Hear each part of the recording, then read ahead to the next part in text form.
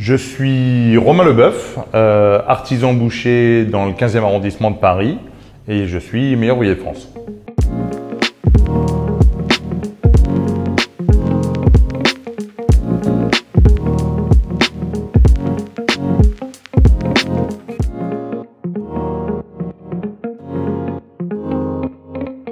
Alors, je suis ici en Corse aujourd'hui parce que j'ai été invité par la Chambre d'agriculture pour valoriser le veau de montagne. Super expérience d'ailleurs. On va faire une découpe qu'on ne voit plus beaucoup en réalité en boucherie, mais on va faire une découpe ni plus ni moins qui est la découpe type académique sur des petits veaux de base qu'on faisait il y a certains temps, ce qui va permettre de pouvoir sortir des pièces qui à mon avis correspondent à la qualité de viande, c'est-à-dire aussi bien sur l'épaisseur que sur des pièces à rôtir ou à braiser, en sortant des pièces par catégorie de cuisson. Parce qu'en fait, l'idée c'est pas juste de casser un demi-veau, parce que casser un demi-veau, bon, 3 minutes après c'est cassé, je reprends ma valise, je remonte dans la viande, c'est fini. L'idée c'est de pouvoir optimiser les pièces de viande par rapport à une cuisson. Et que moi je sorte des pièces qui vous semble commercialisable auprès du consommateur, ou du moins qu'un boucher puisse le faire, ou aller voir un chef de cuisine en lui disant bah, écoute, une pièce comme ça, tu verras, c'est top, voilà.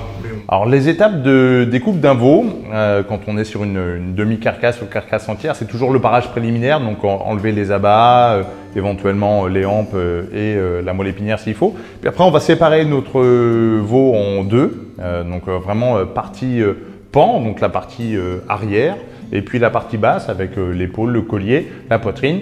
Et le pan, après, on va le rediviser vraiment avec les parties que tout le monde connaît, les parties nobles, le cuisseau, les côtes, le filet et le filet mignon. Le Vitelletto, c'est un veau de montagne. Donc en fait, sa particularité, c'est un veau qui est élevé auprès de sa mère. Il accompagne sa mère également en prairie pour le coup. Donc c'est un veau qui est vraiment élevé avec sa mère. Alors le Vitelletto par rapport à d'autres veaux, ça a l'avantage d'avoir une vraie texture et aussi un veau qui a du goût. Donc on est sur une carcasse qui est beaucoup plus petite. Donc on va revenir sur un travail un petit peu plus classique de veau, où on va travailler les pièces dans leur entièreté pour le coup, ou là où sur un veau plus conventionnel, on va travailler sur des choses beaucoup plus fines. Donc là on est sur un veau où on va valoriser la texture. Alors la qualité de cette viande, c'est principalement le goût. Parce qu'en fait, on est sur un veau qui va avoir peut-être un petit peu plus de couleur que ce qu'on pourrait trouver n'importe où, mais pour le coup, qui va gagner en texture. Et comme on est sur un veau qui va pouvoir déjà avoir eu autre chose que le lait maternel, eh bien, on a plus de goût, donc c'est un gros avantage. Les axes améliorés sur le Vitelletto, c'est tout simplement amener un petit peu de gras. C'est un veau qui est peut-être un petit peu maigre. Donc on pourrait amener du gras parce que le gras, c'est le goût et ça va permettre aussi un peu plus de conservation. Donc je pense que c'est un axe d'amélioration, bien sûr.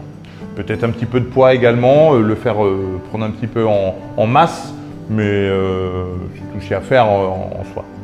Mon séjour en Corse pour découvrir un veau que je ne connaissais pas, je ne le regrette pas du tout. J'ai passé un super moment avec des éleveurs qui sont passionnés, passionnants.